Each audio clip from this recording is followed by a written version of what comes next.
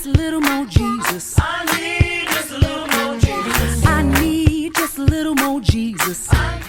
And another thing too is the people who you have as your friends plays a major role in decisions that you make in life, because I associated myself with friends who partied, friends who were having sex younger than I was and doing things that I didn't even know about.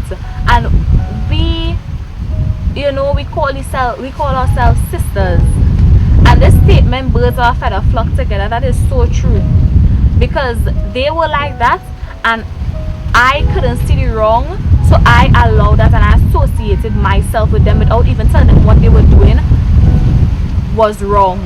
So it's like I was also a part of it too, and I contributed to their behavior. And I remember my mom told me on multiple occasions to break off the friendship with those people, and I refused. In my mind I was like, you know what you're speaking about. You just want to control my life. You just want to have me shack up and just want me to, and after that whole experience, yes, I might not have been doing the things that those girls were doing, but just having them come in and speak every minute into my ear about their experiences and how it was and how good it was, it's like I wanted to feel that way too. So that is what also pushed me to do what I did, because you know what, everybody else doing it, so it's a normal thing. I wanted to be in the crowd. And from the moment I let those girls go, I realized everything started to put together, everything was in place. They even tried to come back to tell me, well, they want a friendship again, why I break off the friendship. And I could have gone back, but I made up in my mind that I wanted to better my relationship with my mother. I wanted to better my relationship with God, and I could not have done that by being disobedient and being associated with that kind of company. They weren't bad people, but their actions and what they were doing was not pleasing in the sight of God, and I had to let go of that. And as I said, Mom and I were still going through counseling. We went through counseling for like 2 months, and as I said, it really helped. It really helped, and I thank God for those people, because if we didn't have those people, I don't know where my mom and I could have been, because it was hard for us to try and work it out on our own, because we felt like, she had her opinion, I had my opinion, and it's like we were just working on each other anger and disagreements, and we wasn't trying to find a way to change it and to better things and to work out and find out what the real problem was.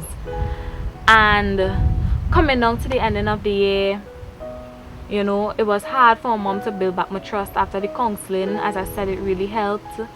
The relationship started to build more. I made a promise to my mother that I do not want to go back down that road. I do not want to put her through that terrible experience that she had and put myself through that terrible experience. I also made a promise to God. I was like, God, please, if you restore my virginity, I said, you make me whole again and you cleanse me.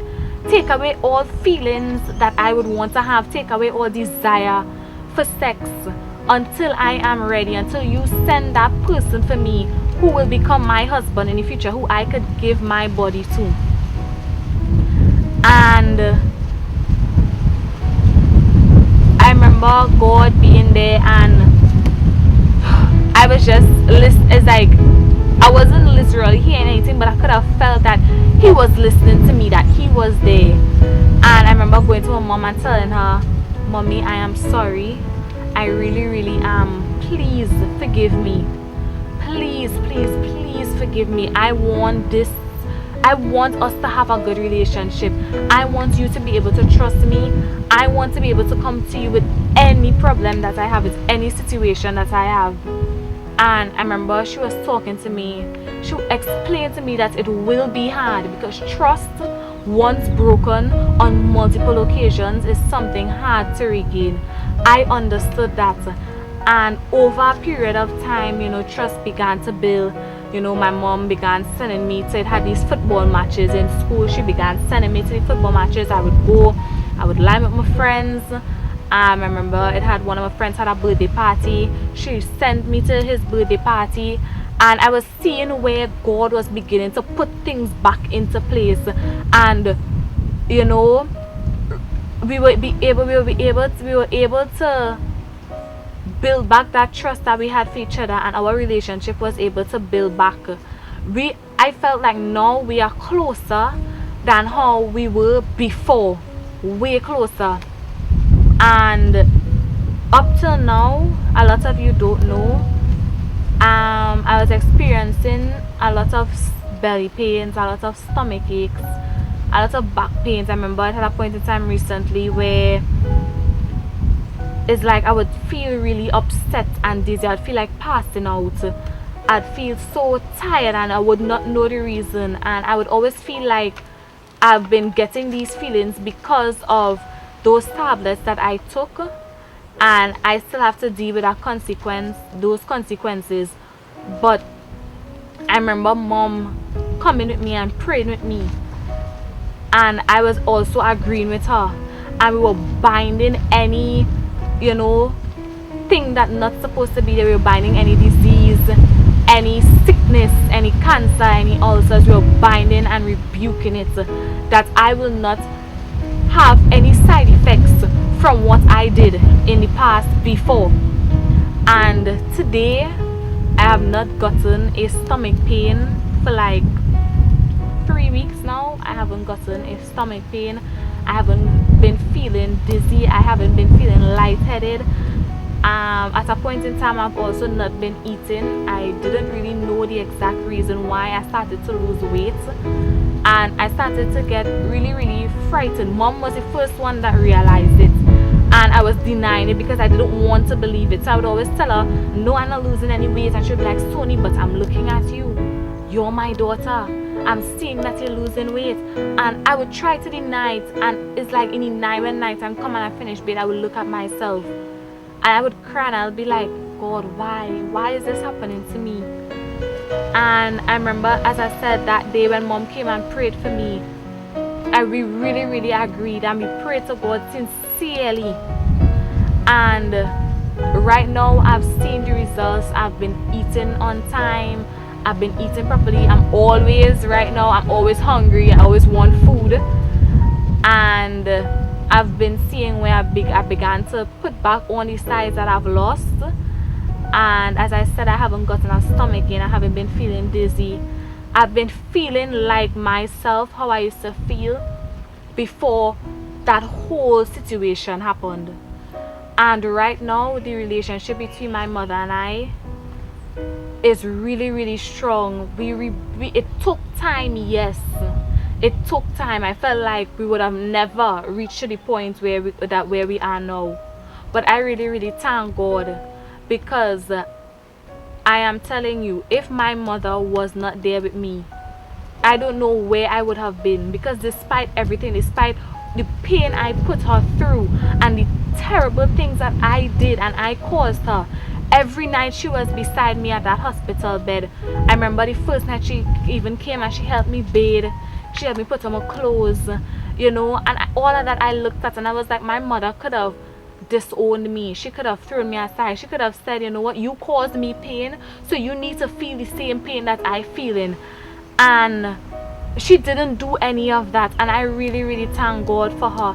I thank God for placing that woman in my life, because a lot of people would come and would try and say, well, your mother hands too tight, she don't love you, she have you, so she had to let you free up and whatever. And they would try and come and put things in my mind to try and put me against my mother. And at a point in time it was working, but I thank God for his mercies and for his guidance, and for opening my eyes and revealing to me the person that I really had in my life and the mother that he placed in my life.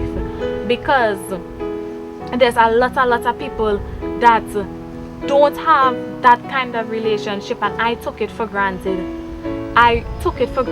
And I felt like I was being pressured, but I wasn't.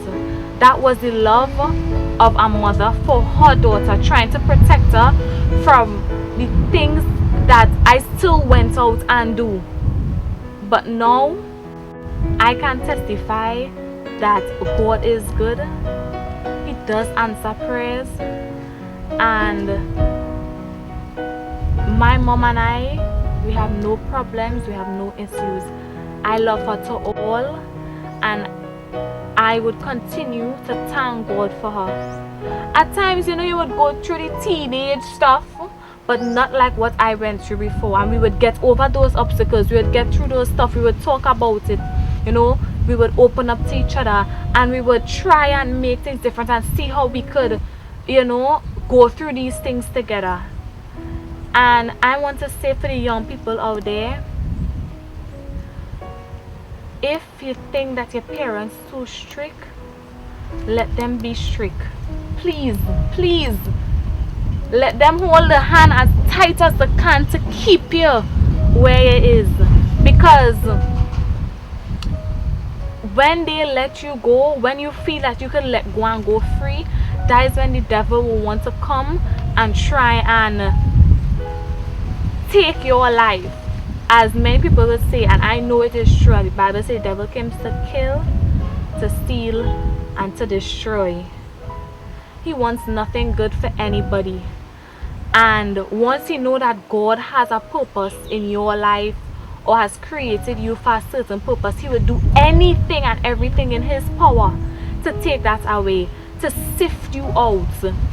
But God is God, and he will always be God. And for the people out there that just need someone to talk to, just going through depression or hurt or pain, just remember that even if you don't have a human being next to talk to, that person up there, God, he will always have an opening here. He say, knock and the door will be open, seek and you shall find. And I believe that is true. Knock and knock and knock and knock and knock. If the door is open the first time, if it is open the second time, if it open the third time, keep knocking. He will answer. He will answer. And I really want to thank God, because I didn't think I could have been in a place where I would have been able to open up and share. But I think that there's somebody out there that should know, and somebody else who might have gone through the same experience that I have gone through. Maybe have a bad relationship with their parents, or any guardian that is taking care of you, and you feel like you don't have anyone to talk to.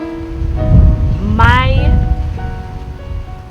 thing to you is open up, talk, pray, seek God, build a relationship with God, and really just try and stay away from bad company. Really, people don't know how serious bad company is. They don't know, especially when you're a child of God as a Christian and you associate yourself with certain people. They really don't know how that could pull you back and set you back.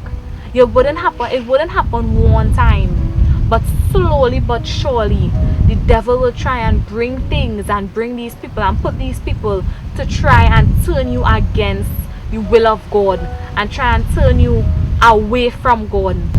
I want to thank God for also helping me to share this testimony. It wasn't easy, but he was here with me. And again, put God first in everything that you're doing. Everything. Anything else could have come after, but put God first. I really thank God for what he have done, what he is doing and will continue to do in my life.